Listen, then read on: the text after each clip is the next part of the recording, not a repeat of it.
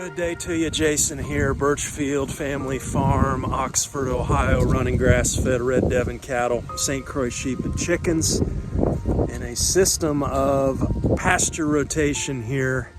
I got a good word for you today. This comes from Genesis 41. Then Joseph said to Pharaoh, "The dreams of Pharaoh are one and the same. God has revealed to Pharaoh what he is about to do.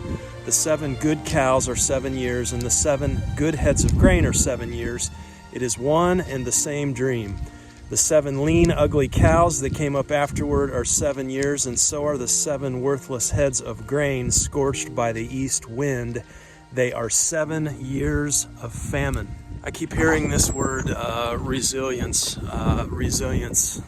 kind of being chucked around like it's in a pinball machine here in the homesteading community. It seems like anytime there's a crisis here, we always see folks, stepping back, trying to unpack that word resilience and what that means and how we make our farms and ranches, more resilient, right? I don't think it's necessarily a bad conversation, but I think there's a difference between responding to crisis and making change based on that, which you can certainly do, and then there's biblical resilience. And I'm reminded here lately of the examples that we have of biblical resilience.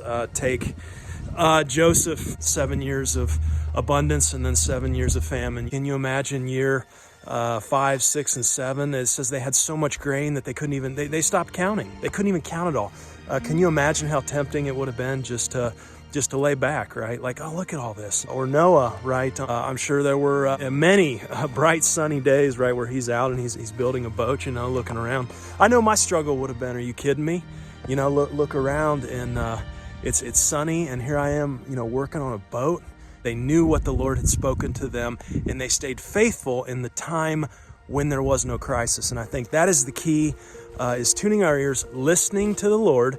He may say, stay still, stay still in faith. And so we do that. He may say, build a boat. I want to encourage you with that word today. Continue pressing on in faith what he's told you to do in the time when there is no crisis. Okay, the winds of change blew in last evening. It was windy all day. We went from about mid-70s down to low to mid-50s right now. And what a change in the weather patterns here, but that's usually the way it works out for mid-October. We are finishing up here in paddock 11, both sheep and cattle here. We have let them graze this down to nothing. We'll go over here and take a look. Peeled sheep off. We've got them separated, and we want to move sheep to a different section by themselves. And we're going to keep cattle isolated by themselves as well. Reason for doing that here is 2 nights from now, we're going to see temperatures in the lower 30s. And so all of our sorghum that we have out here is going to be toasted. And so I want to get these animals grazing on this sorghum here and get that all the way eaten down before we hit the frost and the freezing temps here. Everybody's ready to go. Let's get a move here.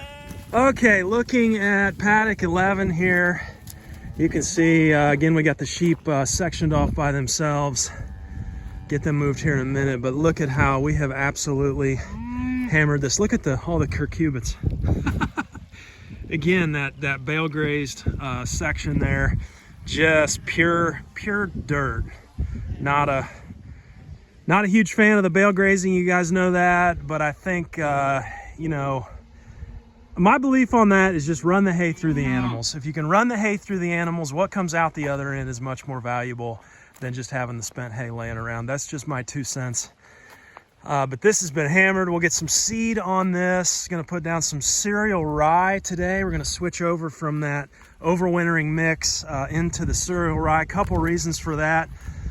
I do know with all the pigweed that's been out here, we're going to be a little higher in nitrate. That cereal rye is going to scavenge that nitrate. It germinates down to 34 degrees. And so we're gonna do a switcheroo here and put down some cereal rye. Let's get these guys on the move. Go ahead and drive them out, and then run them over to me down here.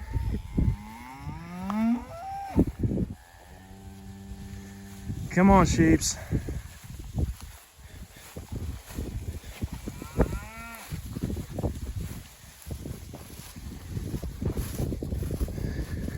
Everybody's looking pretty good. Pretty impressed with this is paddock 6 here. Had some good regrowth here. We'll come back through and graze this probably one more time before all is said and done. Girls are gonna push the last few through there and then run them over to me. Again, we're gonna graze a couple patches of sorghum and pearl millet mix here. We'll go over that. Cattle just get super jealous when they see the sheep getting better treatment and better stuff than them. They flip out. And speaking of flipping out here, we got the gates closed over coming into this Windmill paddock. I came out here yesterday and the rented ground is right on the other side there of the paddocks. And the other farmer has a cow that continues to come into heat. And if you want to see a bull get wild, the two stipulations are have multiple bulls that didn't grow up together around, and then have a cow or a heifer come into heat. You have those two things going on, and things look more like a rodeo.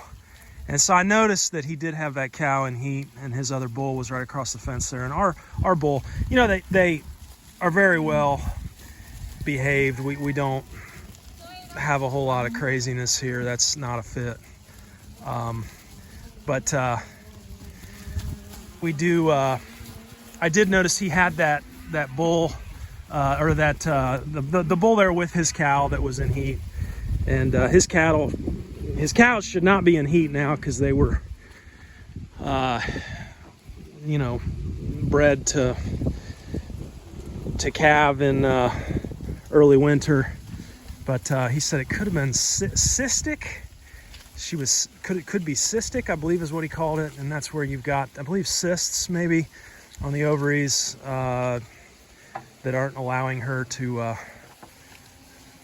breed and to calve, to grow like she should. And so that's what he thought was going on. She continues to come into heat here. But anyway, I've got these gates shut coming over to the Windmill because I just don't want the drama between the two bulls when we've got a cow in heat here. So looking at this, so we put in a couple new raised beds here for Mama, and this is all of that good stuff here from you can hear cattle honking in the background. They are ticked.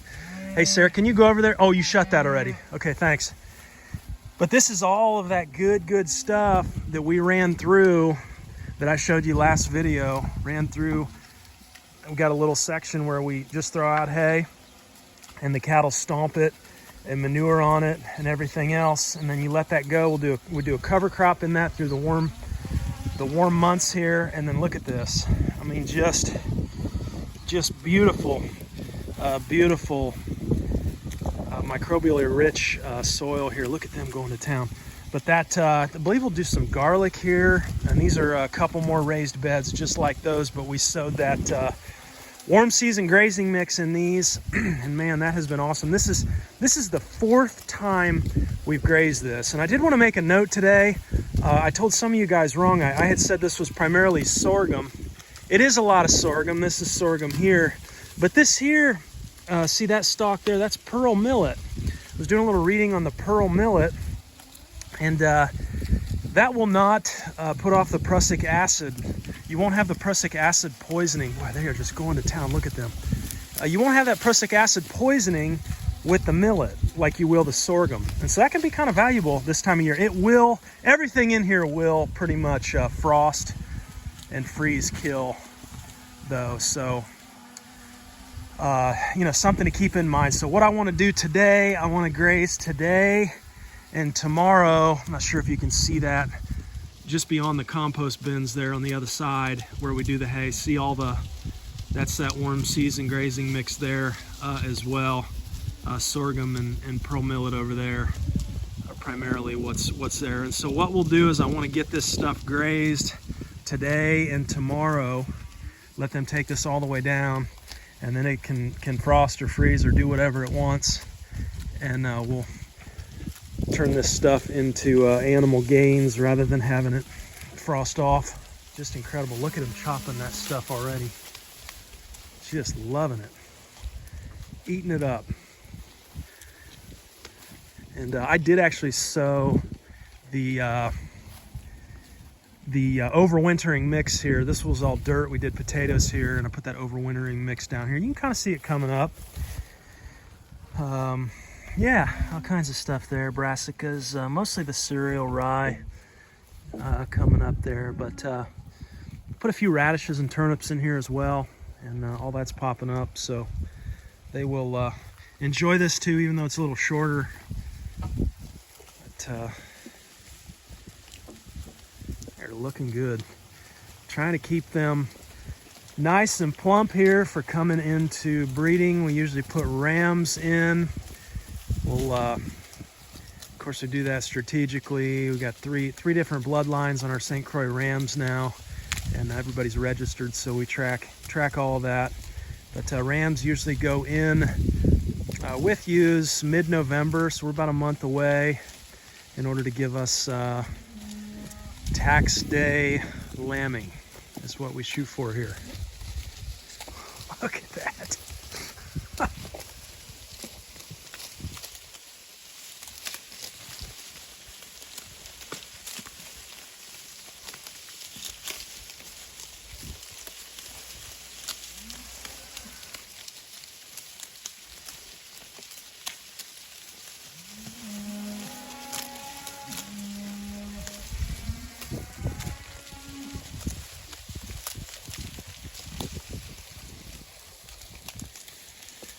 Okay, cattle are super honked off here. I can hear them going nuts over there. We better get them on the move. Let's go over and take a look. Okay, here we go. I was gonna head back to the Windmill paddock back there, but with this frost and freeze coming on, I think I'm gonna head over to paddock 3. It's been about 32 days since we've been on paddock 3. And the reason I'm doing that, it's got some sorghum over there. Come on, guys. They're not gonna wanna go. They're hungry. I mean, you can see how we just absolutely annihilated this. But again, that's strategic. We're gonna seed this. Come on, Petey, let's go. Let's go. Oh, these two messing around. Joy and Hank. Come on, you guys. Hey, Sarah, can you stand in that gap down there so they don't come back into paddock 5? Let's go, Petey. Come on, Joy. Let's go. Come on. Come on. Come on, Pat. Go on, you big galoot. Yeah. Come on, Pat. Yeah. Let's go. Yeah.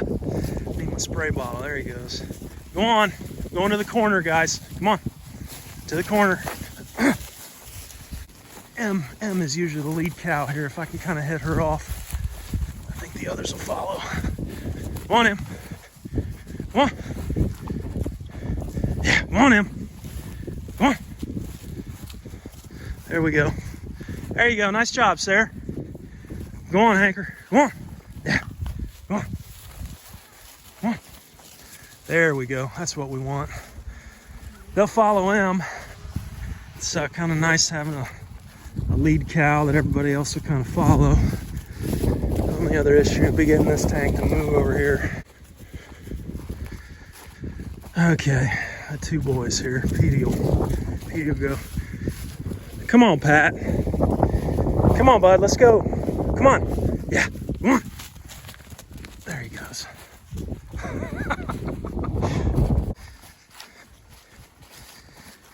Petey the steer, he's going to be the next animal to go in there.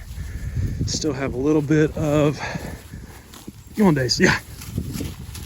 Still have a little bit of Mr. Big meat from him that we are continuing to sell here. Go on, Em. Go on, Pat, yeah. Come on, yeah. Now, go on, through the gate. He gets kind of wily. Don't really like that, but okay, here we are. They think they're going all the way across to paddock 1, so this will confuse them a little, but they're happy to be out here, you can tell, kicking heels up. But yeah, you can see here, see what I'm talking about with not a whole lot of sorghum in here, but we've got some that has bounced back since that last graze. 32 days, not bad, you know, for coming through drought here. We got that rain on it, 4 inches from hurricane aftermath, and things pop back a little bit. Not more than a day here. So we'll stay here, graze this down, and then we'll head back around the windmill after this is done. And then when we come back to do that last graze, we'll start at paddock 1, 2, and then we'll go from 2 and skip over 3 here and go straight to 4. So let's see what everybody's into here. Old Hanker's looking good. Yeah, see, she's hitting that sorghum. That's what we want. We just need that stuff taken all the way down here. And you know, that's again kind of my hesitation why I don't just come out here and sow everything in sorghum, because we'd have to wait, they say, a good 2 weeks if you got a heavy stand of it after you get a frost or a freeze. And I don't know, I don't always have that kind of time here to wait and to pull everybody off. I suppose you could strategically hay them during that time and then put them on it, but you'll take this down here and get all we can out of it before that frost hits.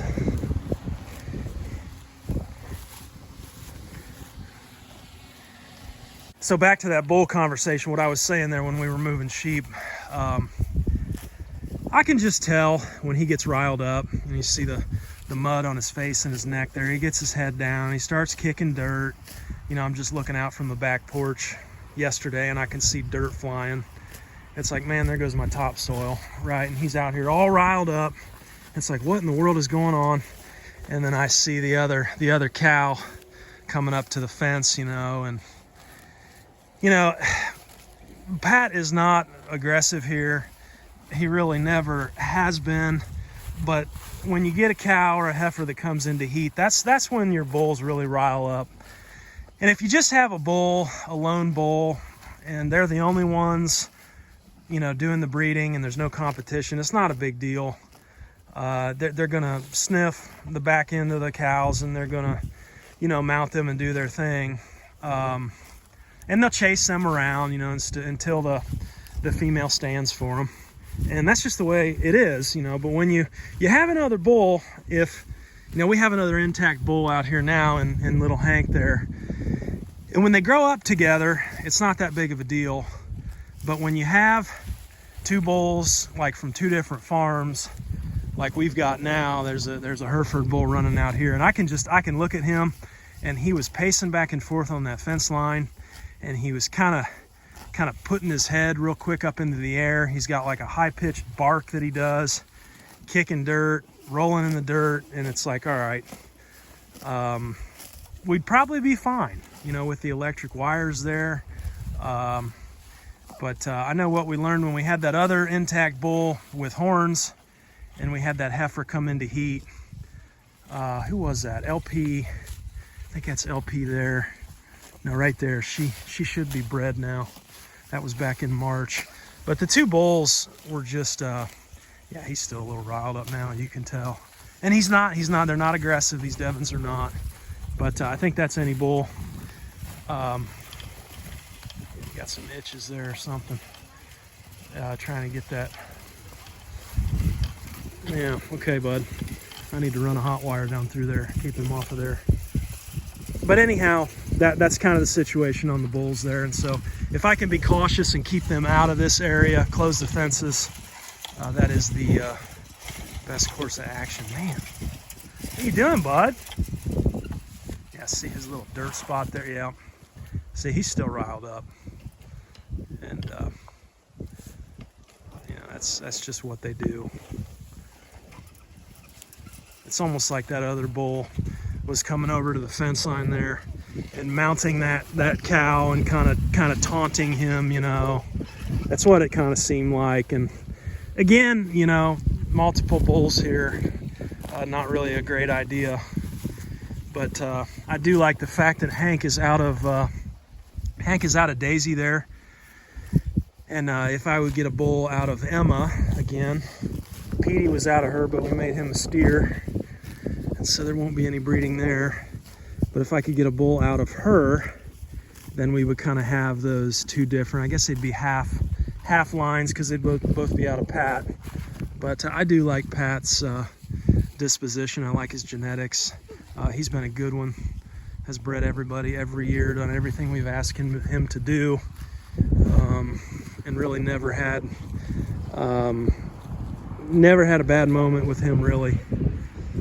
So these Devons have been a pretty good fit for us here. But on that bull conversation, I say all that to make this point, and that is, I know lots of people right now getting into like more of a homestead kind of cattle. I see a lot of folks running Dexters, doing the grass-fed beef thing, and that's awesome. Dexters are good. A little smaller frame than the cattle here, but that can be good. But I say all that to say, if you're running, if you have a bull and he's breeding your cows and heifers and whatever, eventually you're going to have to bring in some new blood. When you do that, just be cautious. If the bulls have not grown up together and you're going to introduce a second bloodline, I would probably, if I did it again, or when we do that, we're going to have to eventually replace Pat. And when we do that, I think I'll be very strategic about keeping the two bulls separated. So buying the new one, and then when I'll get rid of him, sell him or whatever. And when we do that transition period, I'll be very strategic about keeping the two of them separated. I'm not going to put them together. That way you don't have any fighting or stupidity going on. You can see the whole side of his neck there where he's worked up, and rightfully so. But yeah, that's my advice to the new cattle folks. Have a plan in place to where when you do bring in the fresh genetics in your new bull, don't put the old bull and the new bull together. They may do fine for a time, but when you get your cows start coming into heat, I'm telling you, things are going to get wild. Okay, here comes the old 300 with the heavy load here.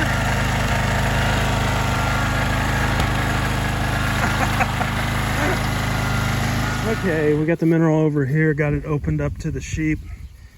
Looks like we need some NA. Been hitting the copper pretty good. Everything else, yeah, SI is down. Oh my, phosphorus is out again. Oh gosh, down to the wood there. Okay, so a little bit of phos, a little bit of V4, I think this was. Yeah, they're getting in here. Oh, NA. NA and phos, you ready to go get some? Flinging out some cereal rye there. This is that paddock 11 we just came off of. And get something down, a living root in this soil, especially here where we did that bale grazing. Just not much grew here, and we kept them here for a little longer. Look at all these curcubits or whatever. This was in our cover crop mix here. I guess some kind of a gourd maybe. I don't know. Animals did not want to touch them. Yeah, interesting. But 25 pounds of that cereal rye is what we're putting down here. Apologize for the wind here. It gets pretty windy out here, out in the open. But yeah, you can see we spent a couple of days putting down hay right over in this area.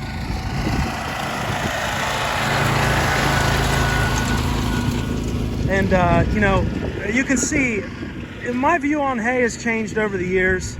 I think if we can give animals just what they need, and give it even maybe twice a day, split that up, you'll just have better utilization.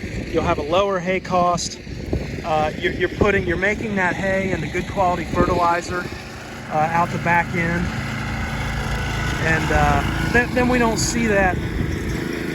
The pigweed and the undesirables out here when you're running that hay through the animal. You got to figure, you know, if we're putting down 300 to 400 pounds of hay, feeding that to them, they're putting a large part of that out the back end, and, you know, getting over a half ton of fertilizer on this 1/4 acre here over you know, a period of 4 or 5 days here, having them on this, eating it all the way down so we can get a seed down on here easy.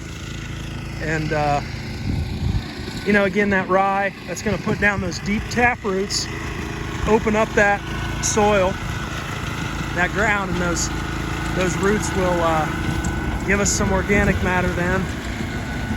When we graze that all the way down in the spring, the roots will die off, give us that organic matter, and also scavenge some of that nitrogen, you know, from these heavier areas where we did hay the year before. We'll make sure to get some seed down around this circle here. Hopefully that'll germinate now. Just nothing much came up here. And then again, the hope here too on this, putting this rye down, not just for soil health, but we want to come in here, supposed to get some moisture tomorrow, rain and sleet and everything else. So we want to come in here in early to mid-March, and we're going to graze this with the sheep. So I believe this year we did paddock, what did we do, 8, 9, 10, and now 11. Everything else is in that overwintering mix. But we'll come in here in March, and that'll give our ewes a little something to munch on that's green and is not dormant in that cereal rye. Okay, next day here, it is a chilly one, low to mid 40s. Oh my, look at what they have done here work-wise to our raised beds. Boy, that is great. Absolutely annihilated them. You can see their fertilizer pellets, better than Miracle-Gro, timed release fertilizer pellets they've put down in here. Look at that. Got rid of the vegetation, took it down. Again, we'll be putting garlic into these 2 raised beds here. It's just a system we really enjoy. Growing the cover crop, bringing the small ruminants in behind that cover crop, graze it several times. Obviously this time of year will be the last. We're supposed to get a hard freeze tonight, so we're going to be moving them over there where we've got some more sorghum and some more pearl millet to graze down before that hard freeze hits us tonight, because that hard freeze will wipe all of that out. But the only way I think you can improve upon this here, and we've done this, but grow your cover crop, let it come up, graze it down with small ruminants, and then come behind the small ruminants with chickens and lock chickens down on each one of these, and they will scratch and harrow. They'll get rid of all those stems when they scratch and harrow and peck at them, and they'll put another layer of manure down on that soil for you there. But adding a few more raised beds back there. Got to get Mama some dirt in that back one. We'll pull that, maybe take a look at this real good soil we make from our hay system while we're over here. Let's get these guys on the move. Okay, Sawyer's in the back there. She's gonna get any stragglers that don't want to come through the gate. Sam's over this way. We got the rented pasture cows here. I don't think they're gonna be hurting anything, but goal is we're gonna try and run them down that way. Come on, sheeps. There we go. There we go. Oh yeah. Salton says up to 20% of your stock every year will just be unsuitable to keep as breeding stock. So 20%. We don't come anywhere near that, but I don't care what you're doing livestock wise, you'll always have calls, and that's your responsibility as a farmer, is to call out the weak stock. Here's so many stories, folks getting a bottle lamb or whatever, which by the way, we've only had one here in 6 years. But you get that bottle lamb, you get attached to him or her, and then, you know, you keep them around just because you have a soft heart. And then, that ends up permeating your breeding stock, and that is one of the worst things you can do, is keep them around. So you have to be able to call. My dream here is to have a thriving area and place and process where we are processing sheep on farm and processing very high quality lamb meat. I want to do that. We're going to do that, matter of fact. And you've got all of the nose to tail items. You got the hide that you can use. There's a lady here locally that tans hides, actually goes around to the processors and picks up hides that would otherwise just be discarded, and makes beautiful, beautiful stuff out of those hides, rugs and shawls and whatnot, what have you. But pretty desirable with the hair sheep, those hides. I had a guy get a hold of me a while back, something about pianos. Can't remember if it was piano benches or what he was doing, but he wanted specifically, there was something to the hair sheep hides that he was after there, and I referred him to that local lady there that's processing those. Pretty cool. Also bone broth. You'd have all of those bones. Seems like whenever we take a cow to the processor, my wife asks for the bones, and she gets back this little 2 or 3 pound bag of bones. And it's like, we sent, a 1,200 pound animal to you. Where are all the bones? It's like, where do they go? But I don't know. It is USDA inspected because we sell by the pound. So there's probably, I would imagine, some regulations there. But anyhow, one more reason to be processing your own lamb here on your farm. Learn that art, learn that skill. That is on our list. We're going to eventually get to the point where we have probably lots of extra rams that just they're not going to be suitable for herd sires. And but the ewes, obviously our ewes sell out every year, but then you've got those rams, right?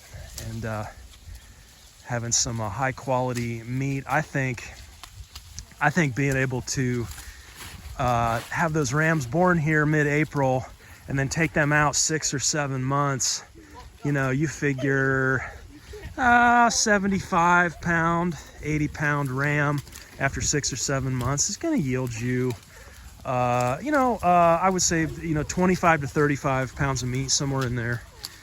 And that's no small thing. You get 3, 4, 5 extra rams around, and you can process those. There's your family's meat for the year. It's a good thing.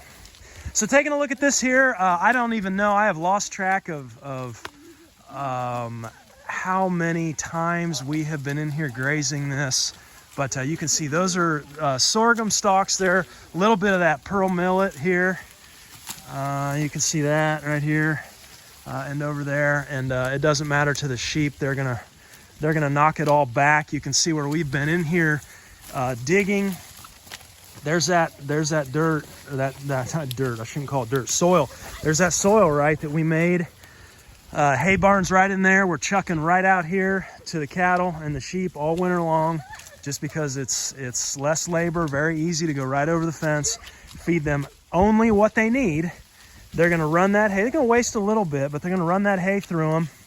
And here's where we've been digging. Took some of this for Mama's garden here. Look at that stuff. Look how black and rich.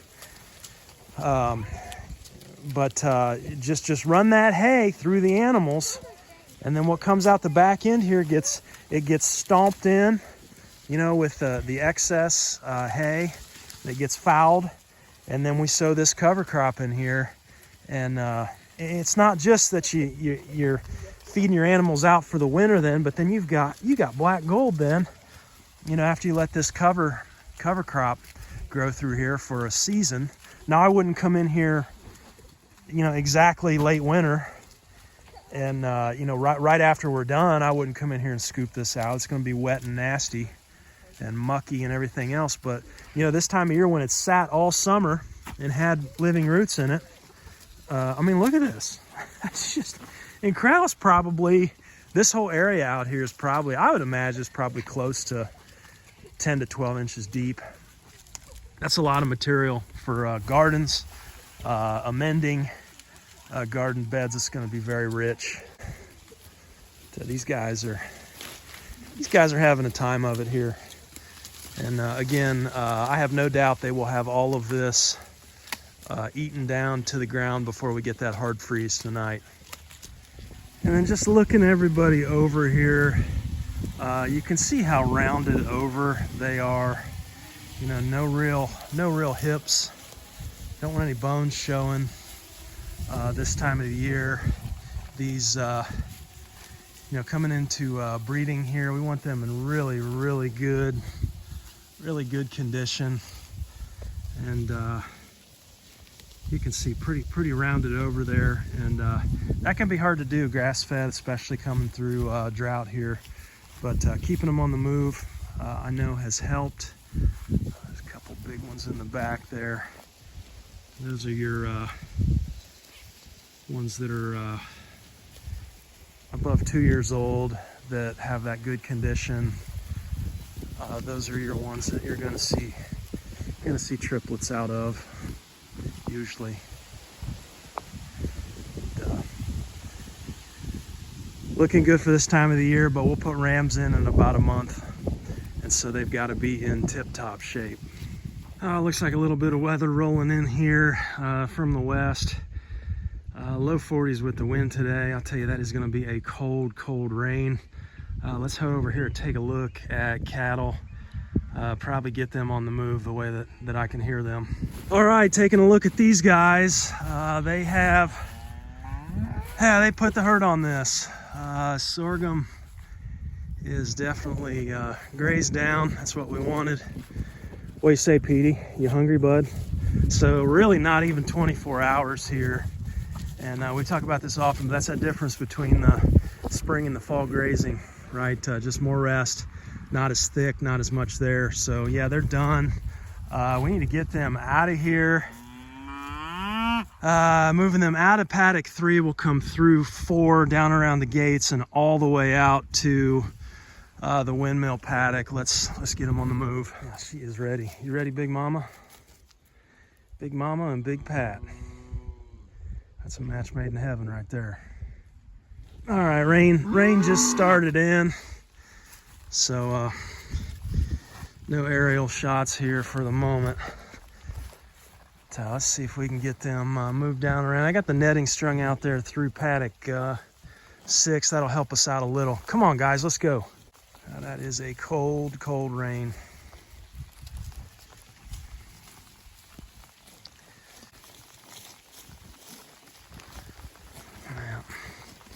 We talked about this before. This is a problem, moving them when they're hungry.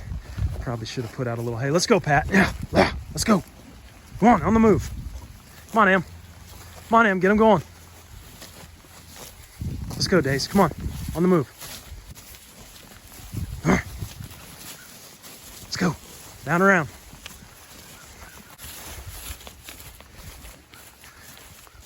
Come on, Em. Come on. She knows. She listens to me. I like that. Come on, Pat. As long as this big boy's moving, we'll be all right. Oh, let's go, Hank. Come on, let's go.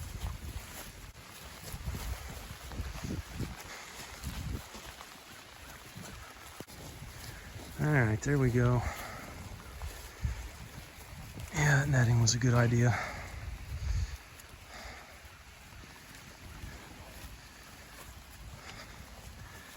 Loving this rain for the seeds. Needing this on paddock 11 there where we sowed that rye. Come on, Pat. Let's go, bud. But that's a chilly one today. 40 degrees and rain. I feel like some of the worst weather you can have, especially for sheep. You know, people ask about, oh, do they get too cold, or what do you do in the winter? And no, the cold is just fine. It's the time where it's like mid 30s and rain. That is the toughest time, I think, on sheep. Something about that cold, wet weather. Once it freezes, we're A-okay.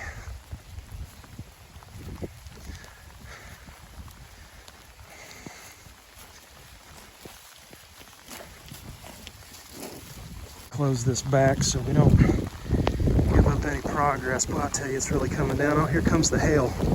Ah, great. Come on, guys. Need to push them through the paddock 8, onto 9, and out the corner of 9 to get to that windmill. Let's go, Em. Go on. Yeah.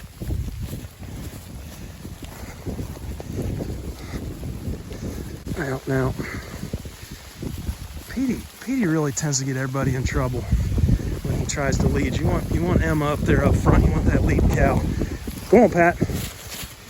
Yeah, kick those heels, buddy. They know they're going to good stuff. Okay, here we go. We're halfway there. Oh, I tell you, that hail. Whew.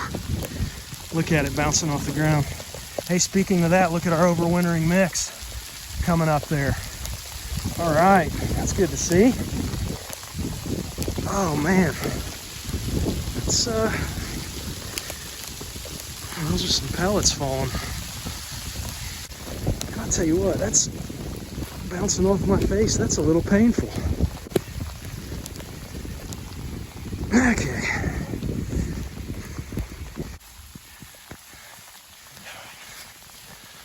There we go.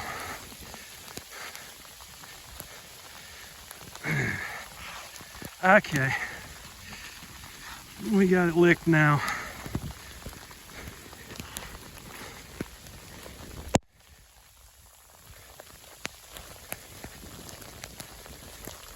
All right, there it is. I'm gonna take a break here, wipe my screen off. Okay, we got them. Out around the windmill, we did our water already, so that's good. Those chicory flowers still hanging on. That's good. Looking at this here, I'll have Sam get some shots from the air, maybe a little later when we clear up, and we'll be able to see the difference here, how much greener this is. Now, this doesn't look like much, and it's not all that much. Here comes the hail again. Oh, man. But there is some here, and there is, I'm gonna look down this fence line. So this area over here is set stock grazed with the rental cattle. In this area, oh yeah, you can tell a difference there. Area over here has been let to grow. This has been 45 days of growth. Shin high, halfway between feet and knees there. So around the shins, 45 days. So we were in here with the sheep on September 1. I look back, so all of September, 30 days, and then of course 15th of October here today. And so, you know, it doesn't look like much, but I'll tell you, we came through D1, D2 drought during that time, during that 45 days. And so to have this, yeah, I'd say a day. Maybe, might be able to eke out 2 since we don't have the sheep out here. But 2 days on this, they'll have this absolutely annihilated. I'd say they'll be honking by tomorrow. We'll have to get them out of here. But we got underground lines buried there coming to the windmill, 600 feet all the way up to the elevated tanks there. We did that when we purchased the place, thinking that there is a shallow well under there, and we've used that water for unchlorinated water. We had this windmill going at one point in time. Yeah, it needs a little more work there, and so we do. We have brought a gas pump back before to pump water. Maybe something solar down the road. Love to have that windmill going again, though. We will someday. But happy to have them in here and grazing. October 15th here, mid-October. And we never really had much of a chance for the cool season stuff to come on here in the fall. I feel like, you know, it's just so warm into the 80s, and then it's just like all of a sudden the bottom drops out. But some of it's here and coming on. We'll have some additional paddocks to graze, and yeah. Moisture's all right with me if it wants to fall. Helping all that seed out. Good day on the farm. I hope you're well wherever you're at. Thanks for hanging with us today. We'll talk to you next time. Take care.